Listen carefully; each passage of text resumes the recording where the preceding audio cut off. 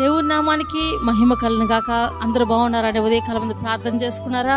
ప్రతిరోజు ప్రార్థన చేసుకోండి. లేచిందే టెన్షన్ పడద్దండి. హ్యాపీగా సమాధానంగా ఉందాం. ఎందుకంటే దేవుని వాగ్దానాన్ని ఎత్తుపట్టుకుందాం.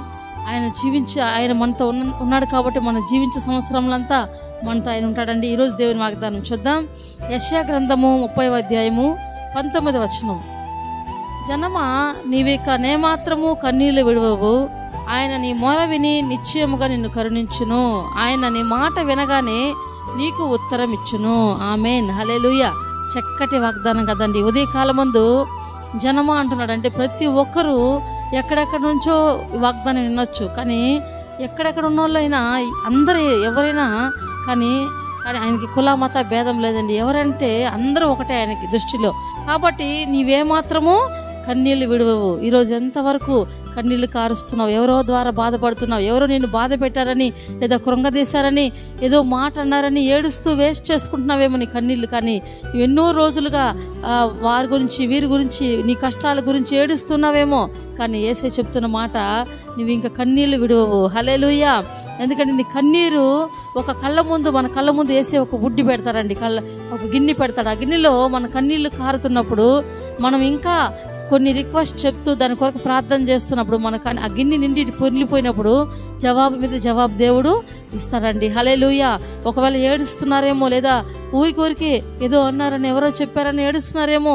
నీ కష్టాలు తలుచుకొని పదే పదే ముందు వాటి గురించి ఆలోచన చేయక వెనక వాటి గురించి ఆలోచన చేస్తూ బాధపడుతున్నారేమో. కాబట్టి ప్రియ దేవుని బిడ్డలారా, నువ్వు కన్నీళ్ళు విడవద్దు. ఈరోజు నుంచి ఒకటే చేయండి.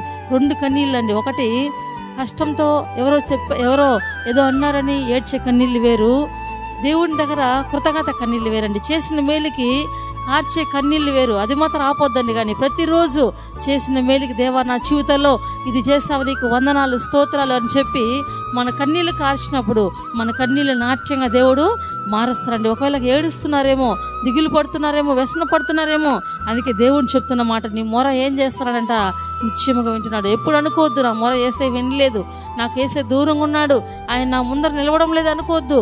కాబట్టి మనము ఎప్పుడు మన ప్రార్థన చేసినా పూర్ణ మనసుతో ప్రార్థన చేసే దేవుడు మన మొరని నిశ్చయముగా వింటాడండి. అందుకే నిశ్చయముగా అంటున్నాడు ఆయన. నిశ్చయముగా విని నీకు ఉత్తరం ఇస్తాడంట. హల్లెలూయా. నీ ప్రతి ప్రార్థన రిక్వెస్ట్ ఆయన వింటున్నాడు.